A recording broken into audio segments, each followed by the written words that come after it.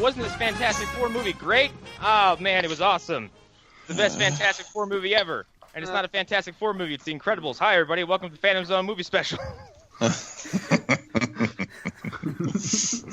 This is the calm before the storm, at least for us who are recording. Yeah, this is where we're going to maintain we're going to be happy and joyful. And then in probably about an hour and change from now, we're going to shift gears to being miserable. Right. Yeah. Well, I won't. I don't know. I'm not going to be miserable because I'm just sharpening knives the whole time we talk about The Incredibles. Oh no, I'm currently translating all of my misery into weapons. Yes, and for those who are listening, this may be confusing, but if you're someone who wants to go in chronological order, listen to this one first, and then our Fantastic Four review second. But for all you other not nerds out there, listen the way that you have been listening so far. Anyway, who's here? No, but just me. I'm usual. Speaking to myself. That's it. The voice We're all voices in your head, Connor. All of us. That was what I was afraid of. I'm Eric Fedorchak. I'm Hunter Davenport, I guess. And I'm Lou Gonzalez. I'm Eric Sayer. Oh my God! What the fuck? Oh God! What? No. Wait, we're on the same podcast together. It's like time cop. Oh no! I can feel myself turning into protoplasmic goo. By the way, everybody, that was a very sincere reaction. I had no fucking idea that Eric was here. Did you just reference Time Cop? Yes, I did. Which we will be doing on the show because it's based off a comic book. So. No, Jean-Claude Van Damme is my religion. Well, I'd also like to point out that we need to do a how many episodes of Tech War was there? Because there's actually a comic of Tech War out there. I'm so angry about the things we have to watch. I mean, we don't have to watch them. We're going to. I think the worst part about me is these are movies I dodged my whole life, and now it's like, well, now I have a reason to watch them, and I'm upset about it. Yeah. But while we're doing Incredibles, though, let's take some joy in this because oh God, this movie's so good. I love this movie so much. Yeah. It's honestly my favorite Pixar movie because it's so different from what they normally do. Yep. Yeah. It's really good. It's not a simple story. It's not. No.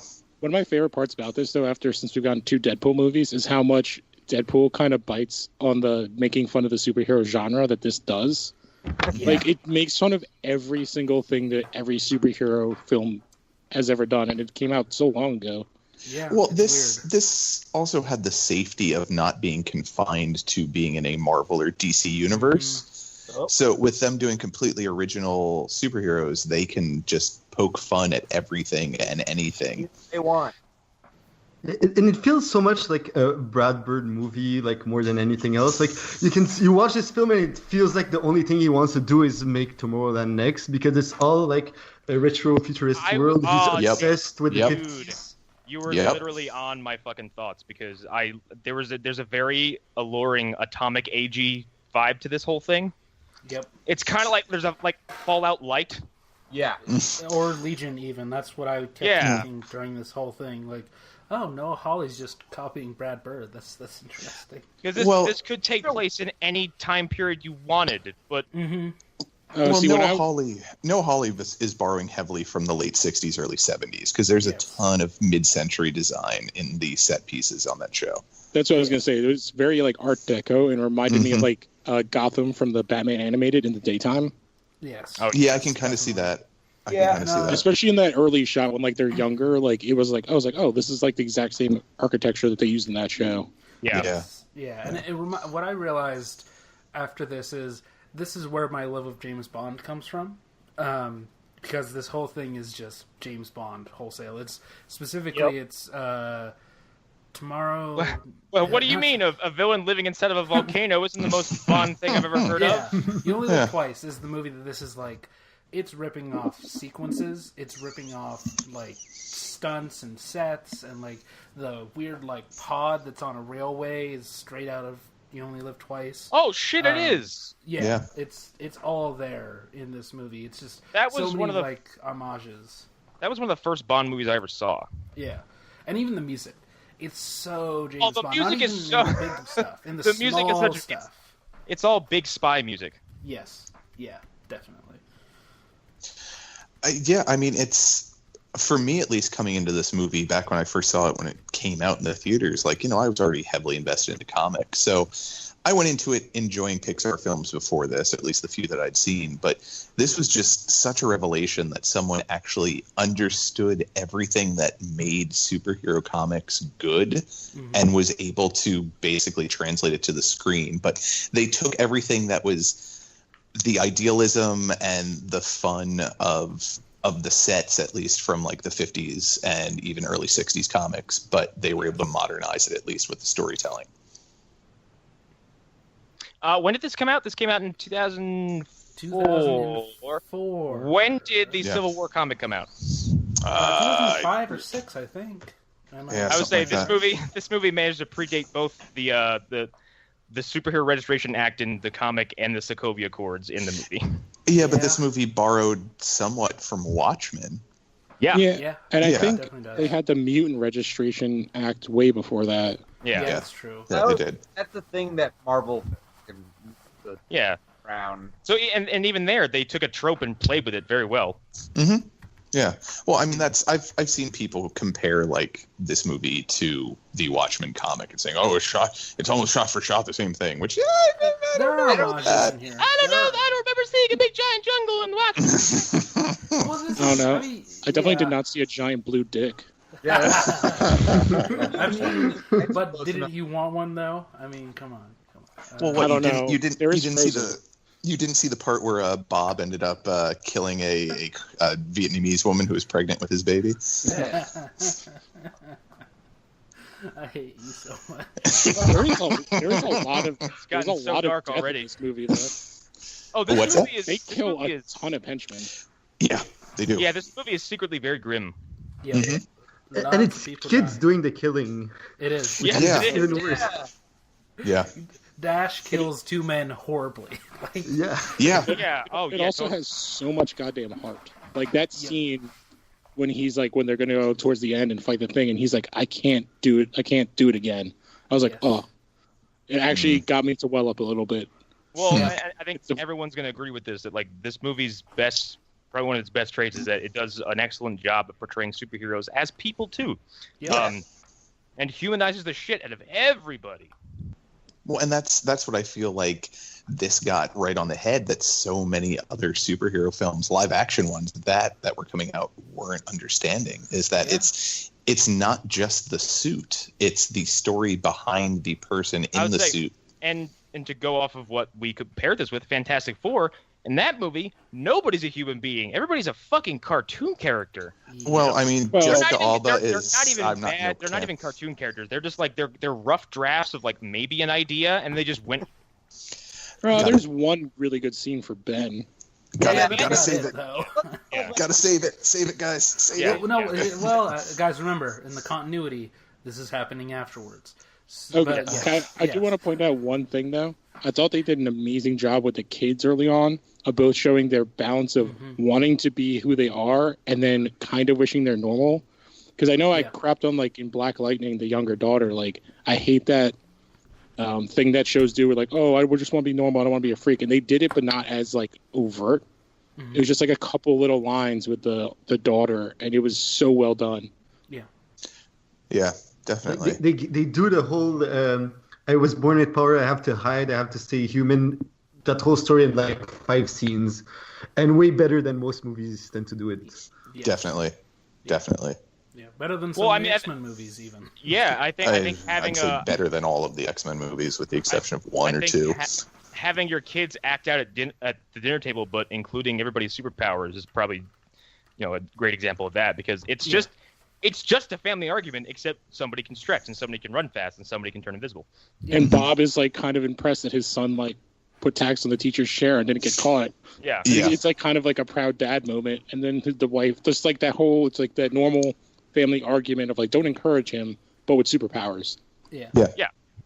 Well, and that also ties deeper into the fact that Bob he never wanted to give up on what he was doing, and he's in a situation where he he's not the person he wants to be, but he learns through the movie that maybe there are better ways to go about it than the way he ends up doing it through most of the movie. Like he's trying to not encourage Dash, but in the same sense, he wants him to use his powers more openly, is the impression I always got.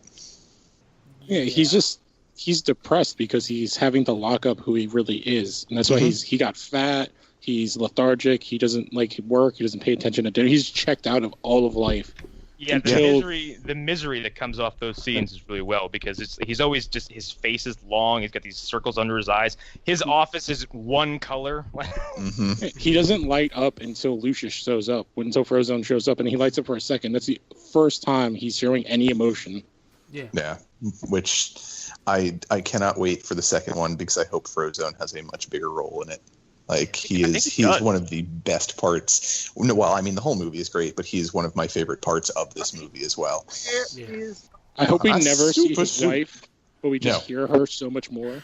Like that scene with his wife is one of the best things that humanizes all these characters. That is an argument that you could see anybody having about anything. You know, I need to go out to the store real quick, or whatever. You know, and where are my socks or something like that. Like, you can see that argument happening in just about any situation, but it's so specific to these characters, so it makes them feel more real and more alive. The great thing about that scene is that she's not even a voice actress. She's just a woman that worked in HR at Pixar. Really? Oh, she's perfect. Like, her only film credits are, like, other Pixar movies where she's just a part of the HR team. Oh, that's awesome. It's hilarious. That's so great. I do have to say I love the entire backstory and story surrounding Syndrome, though. Like, it's amazing. It is. Like, to, zoom out, I think it's like, oh, man, like, they really took this great idea of, like, the ward thing and turning it on its head. I don't know. His whole arc is awesome. Yeah. Oh, I love Syndrome. I think Syndrome's one of my favorite, like, on-screen villains. Yeah, and rewatching this, the criticism that Iron Man 3 is just the same movie is more apparent to me. Yeah. You know what it reminded me of? More obvious. Have you guys seen Sky High? Yes. I still It was have great. Sky High. Yeah. No, it reminds me of what's his name's character, but this will happen if he turned evil. The guy from I can see it. From News Radio. I can't remember his name. Right. Oh, okay. Yep. Yeah, the guy who's the head of the sidekick classes. Right. Well, to bring it back to why we're doing this, because we've watched Fantastic Four. It goes back to just, I'm amazed at how well they handled the superhero thing and how well they were able to take the exact same idea of the Fantastic Four and just basically do it perfectly. Like, this is the perfect way to contemporize the Fantastic Four. I mean, mind you that they don't have a super genius in their midst, but they understood the whole heart of the family is what makes this team work. Yeah. And unfortunately, no one seems to have understood that with the Fantastic Four ever. Three times Hollywood tried this. I do think it's a slightly easier because, like, it's parents and their children as opposed to a couple, her brother and the guy's best friend. Right. It's a little bit harder to work that dynamic. It's a traditional family, yes. It is an easier setup. And Fantastic Four, you kind of have to establish how they are a family, but I could argue that that's why the movies of Fantastic Four haven't worked, is they haven't done a good enough job of making them seem like a family. Exactly. They've cared more about getting to the powers. When we bring up the MCU as a possibility, like, I feel like that's the best place they could possibly do that. Like, especially in that world. But, like, it feels like when they make these movies, they don't understand that there's a connection that has to be present, and it's just almost never there. Yeah. I do think that goes to the problem that, like, with the Fantastic Four, that they're a creation of, like, a 50s or 60s writing of that time period. Yeah, they're a family who's a product of the fucking space race. Like, they're kind of like they're lost in space. They're like, kind of an atomic family, maybe, kind of. Well, I mean, you could go literally with that metaphor, but well, it's and it's also if you've read any Fantastic Four, you see that they definitely were a reflection of their time with just the way that Reed handled Sue, and Oh my God. yeah, She's the Invisible Girl. Yeah. Jesus. Yeah, that, and just you wouldn't understand with your small woman mind, something along those lines, where it's just like Jesus Christ. Dude, It's one of that's the few- hilarious. Go in the kitchen and make me a pot of stew. It's one of the few times where I actually think the ultimate version of them was really well done. Oh my God, I love Yeah. Ultimate Reed Richards. That's the most interesting that character's ever been. Yeah, But like Yeah. they fucking built super- that. Sorry, go Hunter. He's a goddamn supervillain. Well, Yeah. he becomes one, yes, Yeah, eventually. But no, it's you were saying, Lou, like the handling of them in the Ultimate Universe initially. but I did think the reason why that works is because in that version they start them all so much younger, so you can kind of build this family thing. And if they're going to reintroduce them into another movie, I think they have to do the same route. To me, the easiest way, I don't know if this is appropriate here in the other one, but is to have them pop out of time. Like they were somehow trapped somewhere, and they've been a family since the 60s or the 50s. The Tesseract shows up and goes, Yeah. Well, and I mean, that could be it. But I'm they- sure we'll get to this when we do Fantastic Four, just because I think we should definitely devote a chunk to what didn't go right and how they can fix it. But yeah, The Incredibles, like I like we discussed earlier, like it feels like there's not a whole lot we can say just because it's such a good movie. Like I do there's- want to almost talk about perfect. how the presentation of powers is basically perfect, yeah, Yeah. and it's some of the better representations of those powers that I've seen elsewhere. This movie does it so much better than some of them. how in the hell did they get Iceman so right with Frozone and they can't get him right on the screen with any X-Men movie? I don't know. Oh, Brian yes. Singer I think it was just- behind the camera. Or- I think it just yeah. costs too much live action to actually do it. I was saying because And- yeah. Iceman to me is very he's very mobile. Like he zips around kind of on his fucking ice slide.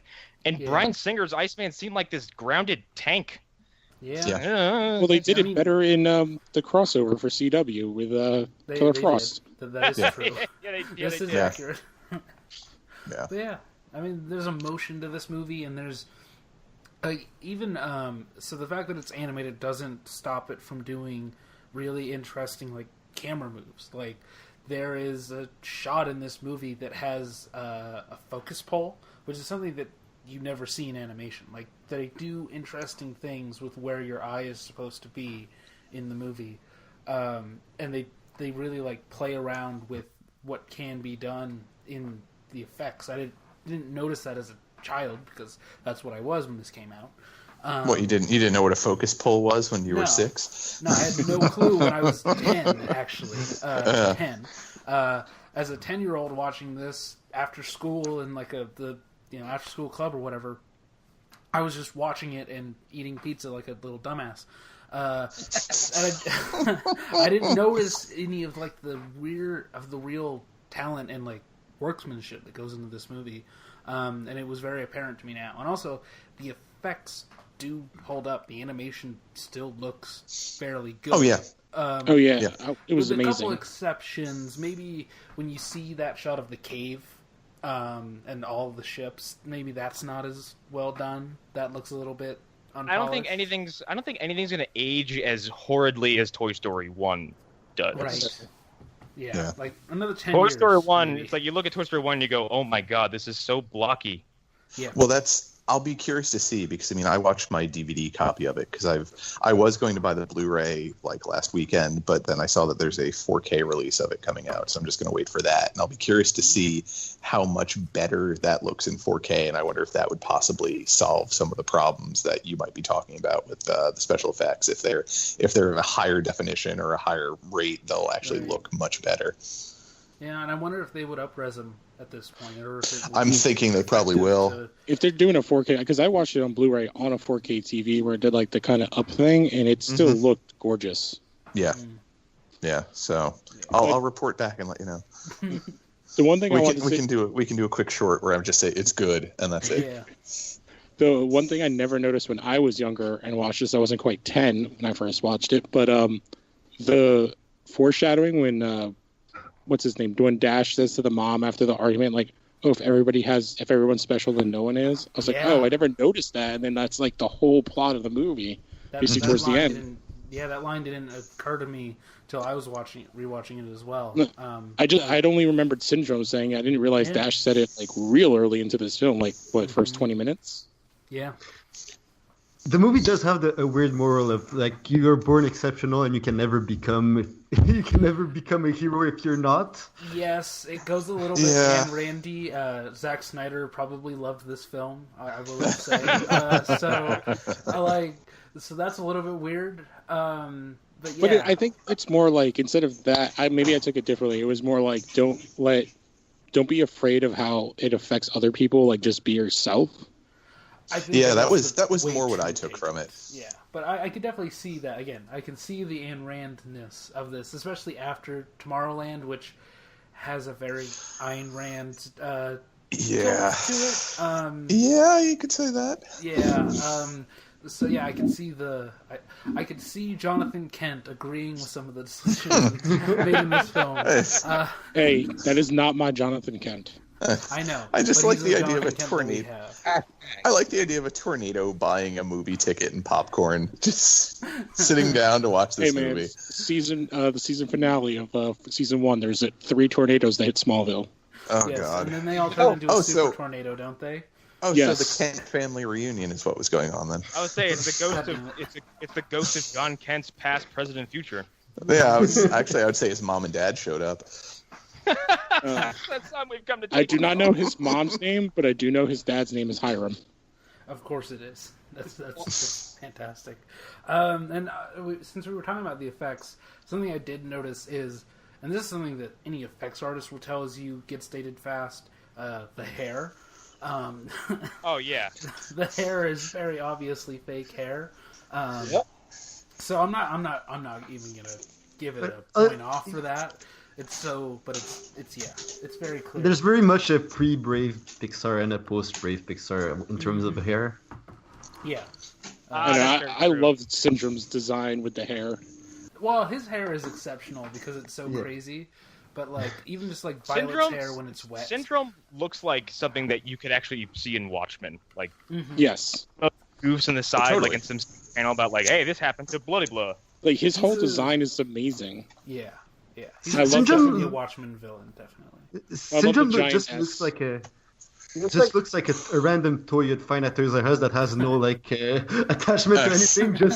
He looks like just a guy to play with. Jimmy Neutron.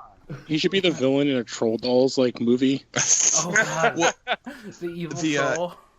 To tie back into the Watchmen reference, like there is almost a direct reference to it when Edna is talking about no capes, because the whole part there's the one guy who gets shot to death when his cape gets caught in a revolving door in Watchmen.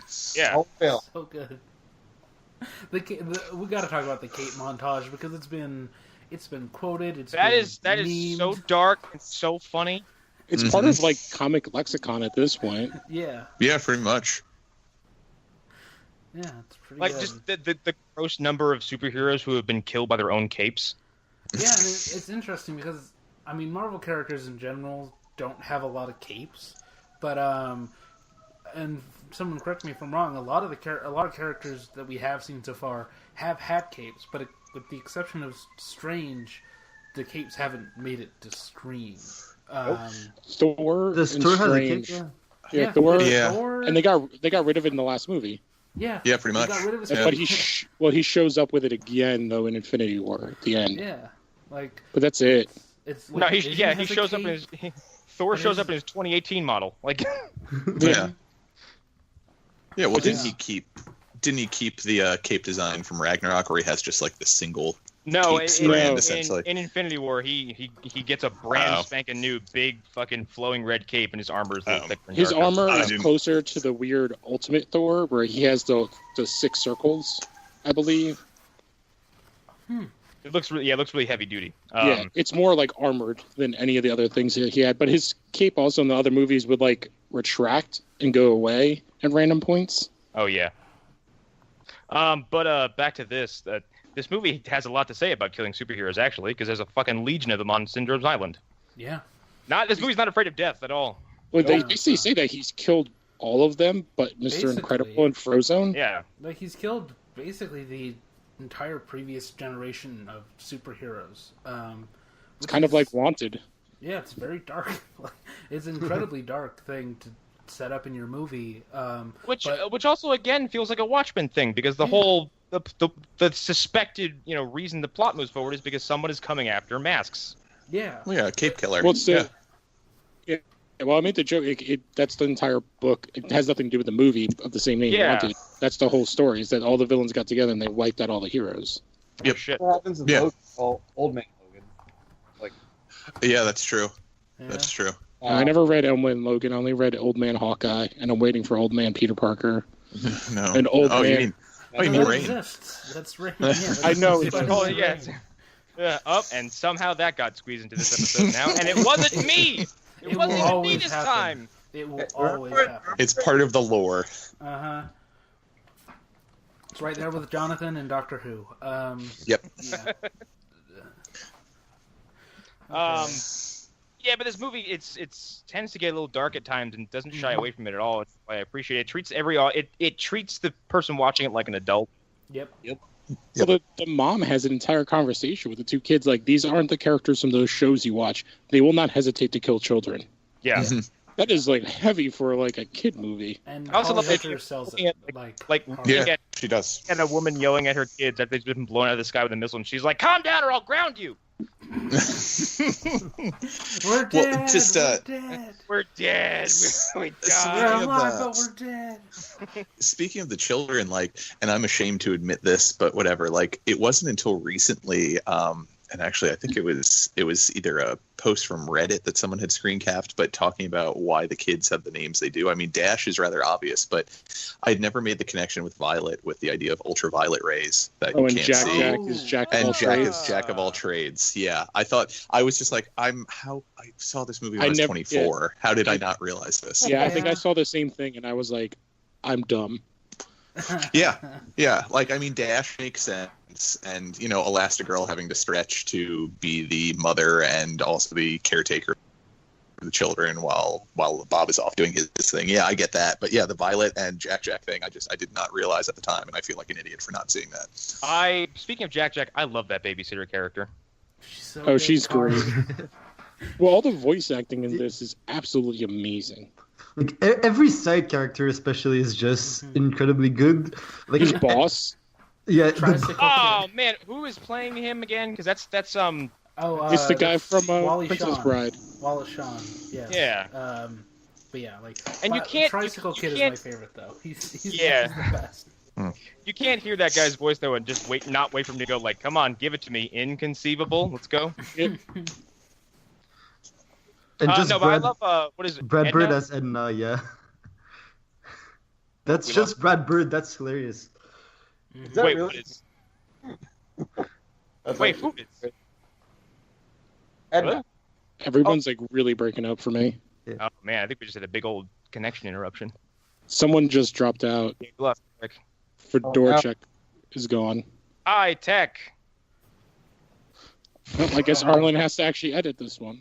No, we're just gonna press on. If he drops back in, he drops back in. If he dies, he dies. Damn it! I love you. I love you so much.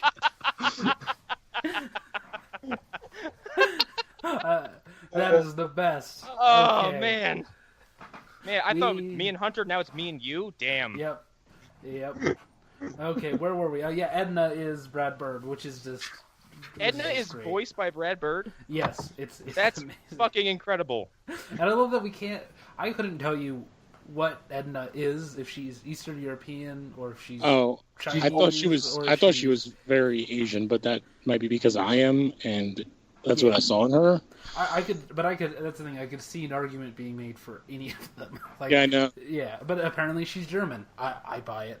I buy it completely. Well, her last name is Mode, so. Well, she does remind me of Frau Taubler from Austin Powers. Oh, see, I thought of what's the character's name from what do you call it? Blue Steel. Shit. Oh, Zoolander? Oh, Yeah, not those two. What's his name? Got to. Yeah, M'Batu. Yeah, M'Batu. yeah. That's what I just thought of. I was just like, oh Yeah. my god. I just love. I love all the delivery of her lines. Like when he pulls up and she just puts her nose at the camera and goes, "My God, you got fat." I love when she's explaining the baby suit, and Helen's just like, "What is?" Just like flames being thrown at it. She's like, "I can't figure out that." And it's just like the little thing is just crawling along. Yeah, they're nuking this little fucking baby analog. Yeah, it's pretty good. There's so many just great scenes. Like when Bob thinks like his whole family is dead, then Elastigirl finds him, and she's just so angry, and he just can't be anything but super happy because she's alive. It's such you're like laughing, and at the same time you're like, oh shit, it must have really sucked for him. That's a great. I loved also the scene when he grabs Mirage, and he just like after he thinks they're dead, and he's like, "I'll do it." And he's just like, "No, you're not. Like, you're not gonna do anything." It's a little dark for you. Yeah, it's a little dark for you. Like, I love that he's like a nerd. Also, like he's just a total fanboy. It's Jason Lee, and like I just think of it as like he's doing the character from Mallrats, but as a super villain. he kind of is playing the same character. God, but just... he is like comic book man if he became a supervillain. God, that's kind of dark for you, isn't it? That character should not go next to that one. Yeah. I just think about. Go ahead. I was just gonna say, I just think of the line from Mallrats when he's like, "Just because of a guy reads comics doesn't mean he can't kick your ass." I mean, have you heard the story about Bruce Willis's bodyguard being? No, I'm sorry, his writer looking like a bodyguard. No. Mm-hmm. Someone was like, "Hey, is that your bodyguard?" No, he's my writer. Why do you have a 7'2" writer?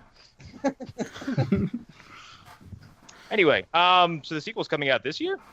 In months. I mean, yeah, I think it's end of the summer. After we release this, mid-June. Before we release this, yes. It's very possible. Yeah. And if anybody's excited to go buy Incredibles 2 toys for their children or whoever, family members, go to Toys R Us because they have a shit ton of them and they're closing down. So I mean, you have to get past the tumbleweeds. But you can assume that by the time we release this, those stores aren't on fire. And someone goes into this like their local Toys R Us and it looks like 10,000 years of dust that just fallen upon the place. I'm envisioning the Morlocks from the Time Machine just crawling out of the rafters. There's like a fucking dragon inside of it. Like you have to feed it. What is it? Fucking Smaug? Like there'll be Morlocks riding the Barbie tricycles and bikes with training wheels. Smaug just is a sleeping pile on a pile of skeletons in the middle of Yeah, the store. Smaug is in there sleeping on a pile of Legos instead of gold. Yes. Yes. Well, yeah, because those will be the last thing to sell because they're still too expensive. They might as well be gold. Yeah, I know. Last time I went to mine, they had like a thing where you could put in to try to get the shit that they have hanging. So they had an awesome speeder from like the original Star Wars. Oh wow, Yeah. man. That's cool. Hey man, they have to get rid of those displays too, man. Yeah. Mine just somebody smells could get like some dirty fresh stuff. diapers. Also, No, there's a Babies R Us that's down near a restaurant that used to be a Borders. I won't step foot into any Babies R Us that's going out of business because that place is probably a literal bloodbath. Like, oh yeah, that's a bunch of stressed out mothers going like, "Oh, you motherfuckers!" Yes. There's just like corpses everywhere.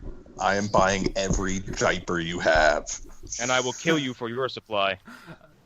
Yeah. Anyway, Incredibles 2 comes out this year, and it seems to revolve around Jack developing fucking every superpower there is. Yep. Yeah. So he's Hope Summers. Honestly. Kind of. Yeah. And honestly, so if there's a thing that makes me less excited for it, is it does feel like the plot is really similar to this movie. I do love that Bob has to become a stay-at-home dad. Like that is my favorite part. Yeah, and I mean, we can't speak for sure on if the plot is going to be super similar to the first one, but yeah, I can definitely see that concern, Arlen, because I kind of felt the same thing when I first saw a trailer. I was like, I think there's also a lot of pressure in this one because this is one of those Pixar movies that came along and people were like, okay, sequel when? And they're like, yeah, no, eventually, calm down, sit down, we're not there yet. Yeah, how long was it between Cars movies? Like a year? Yeah, no. Unfortunately. Yeah, I think we all wanted this to come out like 2010. And that feels like it would have been reasonable, and we should have had 3 in like 2015. But I just realized someone is in the sequel that I didn't know, and it's hilarious. and Jonathan Banks. Who is that? If you watched Breaking Bad, it's Mike. Oh my God. Really? Yes! The entirety of Breaking Bad must be in this movie because Bob Odenkirk is also in it. Yeah, that's why I was like, I knew Odenkirk was in it, but I was like, wait, he's in it? I'm like, oh my God, I hope he's like his lackey. Well, with the sequel, have they established what the villain's goal is / powers? They've just said that he's. I can't remember what his name is because they're not showing him on anything. Yeah, I mean they only show him in the trailer briefly on that television screen. So. And they haven't released who his voice is, and I made this prediction on on one of our ADs. Bob Odenkirk's the bad guy, probably. Yeah. I would probably think so. Yeah. It's fitting again. Like, really, how much copy and paste and character replacement was there for the second one? But I hope that that's just the trailers. You know. Yeah. Trailer editors can be deceiving, and maybe there's more to the actual movie. Because there are also a lot of characters who are Elastigirl fans who are, I guess, are going to be part of this movie as well, which will be interesting. And I do like that it picks up exactly after with the Underminer and all that stuff. Mm-hmm. Rewatching this made me way more excited for it because that trailer is not great, and the last movie Brad Bird did, we don't really want to talk about. It sucked. So yeah, rewatching this is like, and it takes place straight after. I'm way more down for it. Yes, go ahead. I was just gonna say it part of me is also hopeful for this because I can't imagine Disney would be willing to just dump this out there if it wasn't going to be up to a decent quality based on the fact that, they already have an entire line of superhero films out there. So this must be offering something that these other films can't. And I don't mean just from special effects. Yeah, they wouldn't put it so close to the follow-up to Infinity War if they weren't confident in it to some degree. I would hope so. I mean, here's the thing. We're talking about this in the future it is in the future for us. This is after the movie's already come out by the time. We'll probably have already done our episode or our number 2 review of that movie. So we'll know whether we were right or not. Yeah, exactly. But I feel like after a few movies, like the seemingly global like Pixar can do no wrong feeling is kind of eroded. I think it kind of started with Brave, and I mean because I don't think Brave is that bad at all. It's not, but you can tell that it was taken over by somebody else, and the story got mangled a little bit. Yeah, I think that's the only one I've never seen because I've never heard great things. I wish I could unsee Cars. That is like I love that we're just shitting on Cars. It is the only Pixar movie that I actually despise. Okay, I can handle it because it has Paul Newman. I hate that movie. I don't hate the first Cars. Kids love Cars. Like my nephew is obsessed with Cars. Like right. Yeah, my kids liked it. Here's what I'll say. The second Cars movie is an abomination because I caught 10 minutes of it. Yeah. That's where they tried to turn it into like a James Bond thing, right? I was like, wow, this is just bad. This is like it's like one of the later Pink Panther movies of like the original Pink Panther when they were just cutting together footage after Peter Sellers died. Don't forget they made a third one with the Lone Ranger. Oh, I did not forget. I did not forget about that film. Trust me. But like. The first one, it's fine. It's what's that movie, Doc Holliday? It's just that movie recycled. With Michael J. Fox. Yes. It's Dr. Hollywood. Yeah, Dr. Hollywood. Doc Hollywood. Doc Hollywood. Yeah, Doc Hollywood. Yeah. Yeah. But it's another movie that didn't need to be made, but it has heart to it, I guess, and I can see people enjoying it and not hating it, but where they went with the follow-ups, it's just goofy and ridiculous. I feel like Pixar is like under some pressure to alternate between a huge cash cow movie and a passion project because you get Inside Out and then you get Finding Dory, which sucked but made like 3 times more money, and then you get Cars and Coco the same year, and Coco is fantastic, and Cars. Oh God, yes. Just Yeah. is. It's like you can have your high concept movie that treats everybody like adults, but you also have to have this brain draining nonsense to sell toys. Here you go. That what you just said, Eric, with Cars just is like I would love to see that for a review. Just Cars is out. It is. It simply exists. Well, it's the modern version of like all those '80s cartoons. Like, how do we sell these toys? Yeah, Well, like I just Thundercats, huh? Man, and you say something He-Man about and Thundercats, everything else. Man, you say something about Thundercats on Facebook, and people come for your fucking head. Christ. Well, that's the reason why I learned to despise Cars. I mean, whatever. My kids, when they were younger, they enjoyed it, and I watched it once or twice. But anything that is willing to give Larry the Cable Guy any money is automatically a bad movie to me. Anything that causes him to make money is automatically the worst thing. Remember Stop- him? I mean, 'cause, Stop I mean, using they his fake chose- name. I mean, not that the blue collar comedy guys are any good as a group, but they chose the worst of them. Like I the would one say who has the least talent. He is the only one I can't stomach to watch perform by himself because he's just insufferable. Like Bill Engvall has good bits. Ron White he is does. very funny. Oh, Jeff Ron Foxworthy- White's amazing. Jeff Him Foxworthy's, and Ron White are Foxworthy's great. fine. Yeah. Yeah, Jeff Foxworthy's, he's fucking Jeff Foxworthy. You know exactly what you're getting. Yes. Larry the Cable Guy was a radio bit that the comedian Dan Whitney came up with to get on air. Yep. And he should have ended it at some point, but he didn't. Well, the thing is, you say that, but then he's talking to you from his like one of 5 mansions while he's like doing and he's like, commercials. he's like, "Bah, bah, He's bah." like, yeah, blow me. Yeah, exactly. all right, Exactly. then. I will, I guess. I don't know. I don't know if I'm comfortable with this, but all right. Oh, it tastes like Cheetos and eat beef a bastard jerky. Prilosec, Yeah, right? but you get free Prilosec afterwards. Consume Prilosec. There was Take the purple pill. actually there was a really great sketch on the Mr. Show revival that came onto Netflix a few years ago. I never watched all of it, but there was one where Bob Odenkirk was basically making fun of that. And maybe it was David Cross. I can't remember who it was, but they were basically doing a Larry the Cable Guy, except more extreme version of his Prilosec commercials. God. It's pretty phenomenal and it's worth checking out. That's awesome.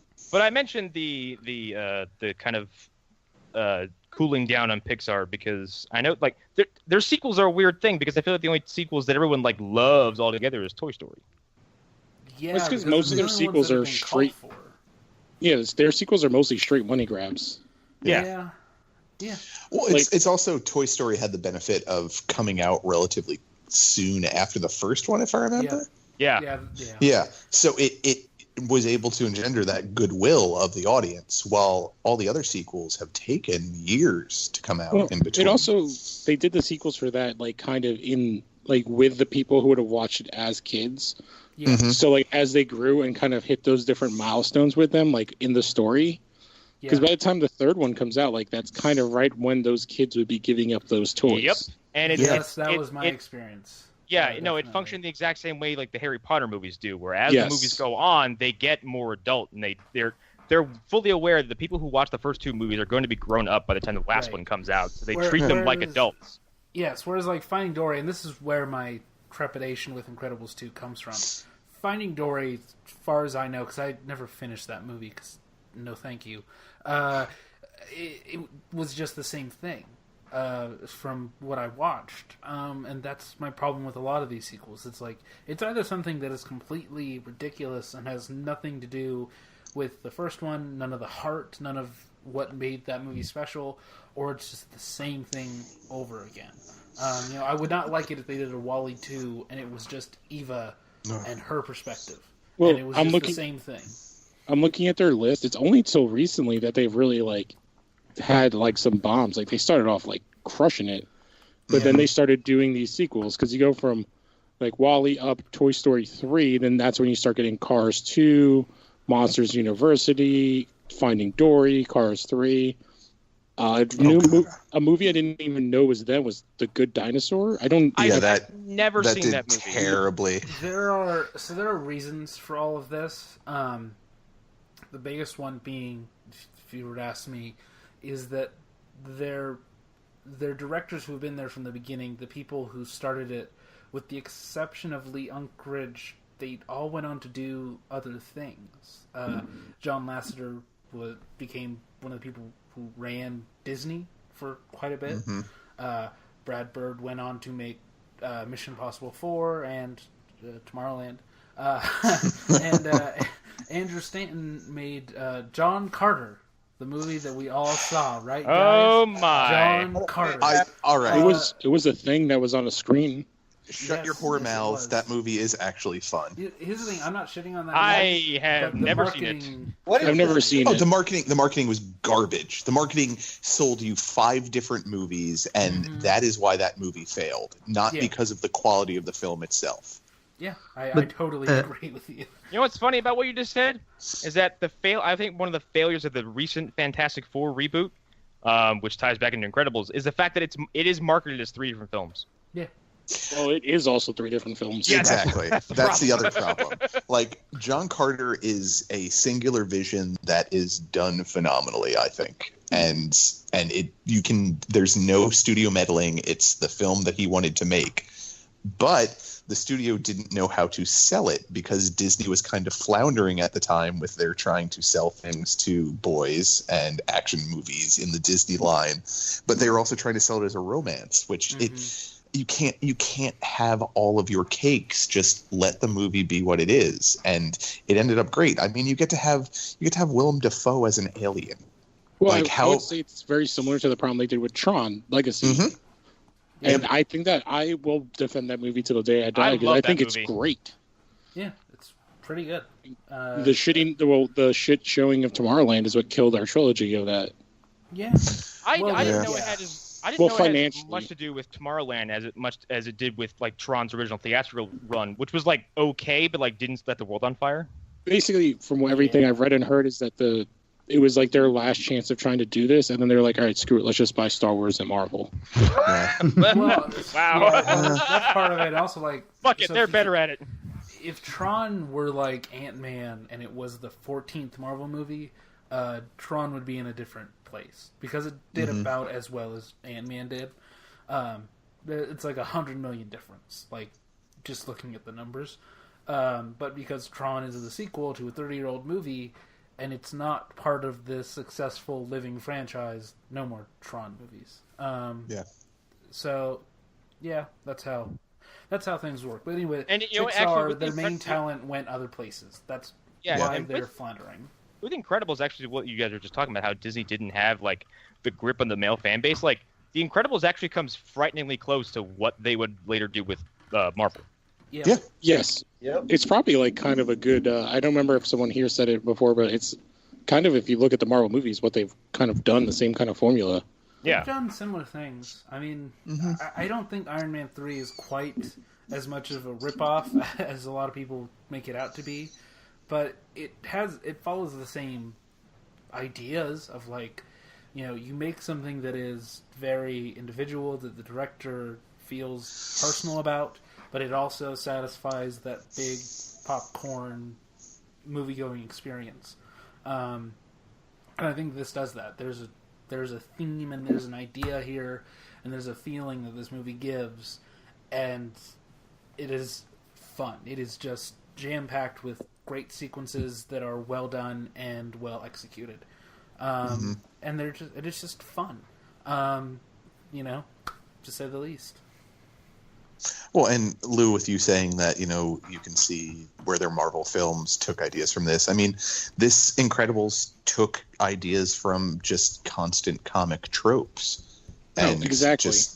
And I mean, that's not a bad thing. So, I mean, it is what it is when you're dealing with superhero stuff. You're going to have to pull from the easiest place to pull from. Like, it's rare that you get an actual completely original idea when it comes to superhero related products. Yeah, well, this movie did what people at this time had been complaining about for years, which is, why are you trying to make something different? Just adapt what you have. And they kind of did that with The Incredibles. They adapted kind of the base story. They didn't try to do anything new. They're like, all right, we have a family story. What other things can we write into there to make this like a heartfelt story? And they did that. Yeah. Yep. Yeah, because if you look at all the comic book movies before this, for the most part, they're all like kind of taking, characters, but then like writing their own sort of ridiculous stories around them, and they all tend to fall short or fall flat, except for like one or two. And Well, by the time, go ahead. I was gonna say, by the time they get to their like second sequel, they're absolute trash garbage. Well, I feel like with what you're saying with earlier superhero films, it's also that they didn't understand what made some of the storylines good. They thought it was just, we need to put this character in, not we need to have a storyline around why this character is. Trust me, we took a big old shit all over cigar swinging Hollywood executives over Fantastic Four, because that movie feels like it was just industrialized by several businessmen from the 1950s going like, I'll make a star out of you, kid. Oh yeah, it was weaponized 50s. Yeah. Those guys from King Kong who Jack Black was trying to sell the movie to. It was all. Well, it's Jack Black. I think it goes back to, I can't remember if it was Kevin Smith or some other person I was listening to in a podcast was talking about, like, before this, it was people in Hollywood thinking, we're like, well, people like these characters, but we don't know how to make these movies, so let's make another movie, and then we'll just like paste the costume onto that character. Yeah. And those are the movies we got. And I wouldn't be surprised if that's actually the whole truth to it too. It's like, well, we have this script, but what if we put superheroes in it? Oh, that happens. Oh, I know that publicly happened with like Saw. Like the reason Saw is a franchise is because they took another script and were like, hey, this is a Saw sequel now. Yeah. Yeah. So basically like what Cloverfield is doing, but not that everybody knows. I mean, here's the thing. That's Hollywood. Exorcist 3 was not an Exorcist sequel initially at all. Then we can talk for hours about the fucking Exorcist prequel shenanigans. Yeah. Well, there are two versions of that movie that you can buy. Yeah. I don't even remember which one I saw. I saw the one that was in Africa. They're both. No, The Exorcist. The second one is the one that still has Linda Blair in it and is terrible. No, the third one is. There's actually a book that it was based on. Yes. But it's not a direct sequel in the way that there's still a the third movie is based on Legion. Like there's still a heavy influence from the book on it. So that's a little bit of a misnomer to say that it's a script that was adapted into an Exorcist. Right, but so originally there wasn't an exorcism though. That's the thing. Like there are things in there that's like they were going to call the film Legion. So yes, in a way it is an Exorcist sequel. But it was never going to be sold that way before they changed the title and added an exorcism into the end to make it seem more like an Exorcist sequel.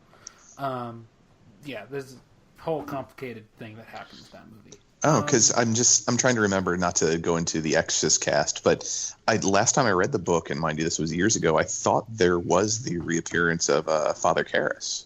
So Karras shows up and the cop shows up. But if you watch that movie without watching The Exorcist, you'd be fine. Like, it's completely detached. Wow, this is your Exorcist 3 haul. I was going to say, I do love that we're talking about a Pixar movie for children.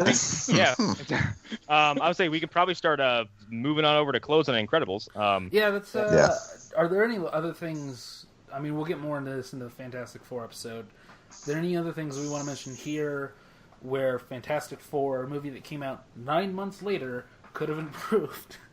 And then maybe final thoughts. Every aspect of the movie should have been better compared to this. Well, I said it earlier, like, this movie humanizes everyone successfully, and in Fantastic Four, everyone is irrational and confusing and so fucking one-dimensional.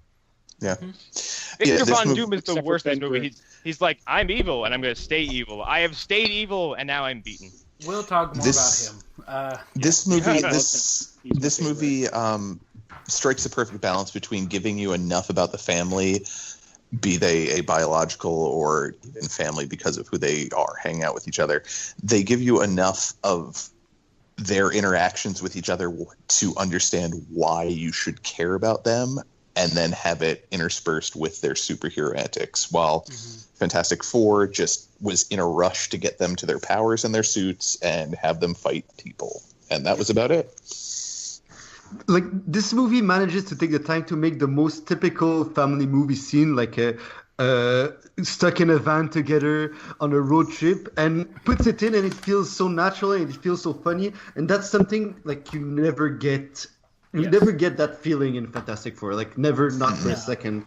No. The only connection. Yeah, and the only emotions I felt during Fantastic Four was boredom and the times when the movie just broke me. I started just laughing hysterically. That's it. You, sir, have no soul. That movie is pretty good. We'll get to that, Lou. You save your defense for when we get to that. Yeah, you're going to need it. It's gonna be I'm going to be exactly. I shared the GIF at Hunter liked it, where I'm just Jon Snow waiting to be destroyed. That's you, buddy. Okay. I have no more thoughts on this movie other than it's great. It's top tier Pixar. Yeah, it's top tier. Still maybe like top 5 superhero movie for me. So that's easily my final thought. There you go. Yeah, Anybody same. else? It's almost Said a it better perfect than I was film. going to. Yeah. It's a good movie. That's all I really have to say about it. Yeah. Yeah, Like- if you haven't visited it recently, go rewatch it. You'll be surprised. And if you accidentally watch Fantastic Four, other than for this podcast, watch this right after as a palate cleanser because it will do wonders. It'll lighten the burden on your soul. Or I'm you sorry, can watch Hunter. I was just going to say we stepped all over what Hunter was going to say. Go ahead, sir. I really don't have like this whole episode. I've been quiet because I've been trying to think of anything like a thought I have other than wow, this is a really good movie. But that's about it. Like it's a really good movie. It stays the course and never falters. Yeah. Yep. The only thing I could add is I love that the Underminer was there because that's a complete ripoff of the Mole Man. Oh, yeah. Yeah. Yeah. So Once it was again. like, it was another not even tongue-in-cheek way of being like, yeah, this is the Fantastic Four, suck it. At the time, suck it, Marvel. Oh, we bought you. Don't suck it, Marvel. No. Can we get the Fantastic Four back, please? Yeah. It's gonna happen at this point. Yeah. Yeah. Well, I mean, if I'm correct about how the contracts work, regardless of Fox and deals and buying of other companies, It goes back to Marvel. Non-transferable. we'll get an FF movie like 2020, 2021 from Marvel. When does Infinity War 2 come out next year? Yep. Yes. I would not be surprised if there was a very subtle tease. We'll see. Maybe. Also, it's kind of suspicious that Marvel's like, oh, we're bringing back the Fantastic Four. Yeah. Exactly. Yeah, I think it's because they know some things. They know some things, regardless again of if that deal goes through. I think they have a certain company by the balls. So Well, They have a checkbook, and they just put a number in there. it's not even a checkbook. It's stock, which is infinitely more valuable than any amount of money that Comcast could give them. Yep. All right. But we can save that for the Fantastic Four. Yeah. Yep. Alrighty, I'm Connor McGraw. Last episode of Movie Dumpster is still the Runestone. Frankenstein's Army should probably be out soon, and then it's gonna be Tammy the T-Rex, which I think I've spoken enough about. Paul Walker and Denise Richards. By the time this comes out. One of them becomes a T-Rex. I just wanted to point that out. All Connor's plugs will be old, so I apologize. Oh my God, yeah. Holy fuck, I forgot about that. Holy shit. This is July listeners. Go back and listen to By the time Tammy. you listen to this, several episodes will probably be out and available. Yes. AA Horror and all the places still, I mean, come on. Last Horror podcast will still be going strong. I could look at a calendar and tell you what will be coming out, but I don't know. So go listen to that.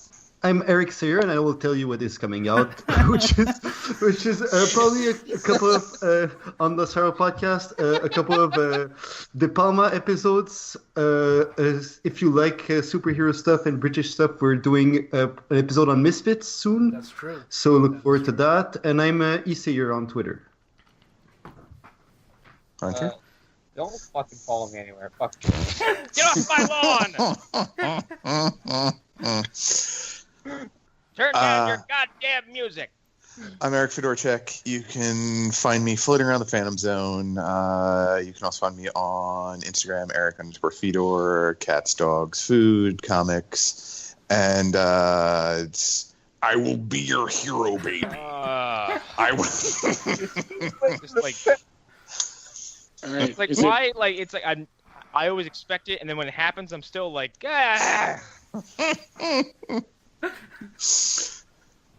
All right, so I guess I'm next. So I'm Lou A. Gonzalez on everything, and you'll find pictures of beer, my dog sleeping in various positions.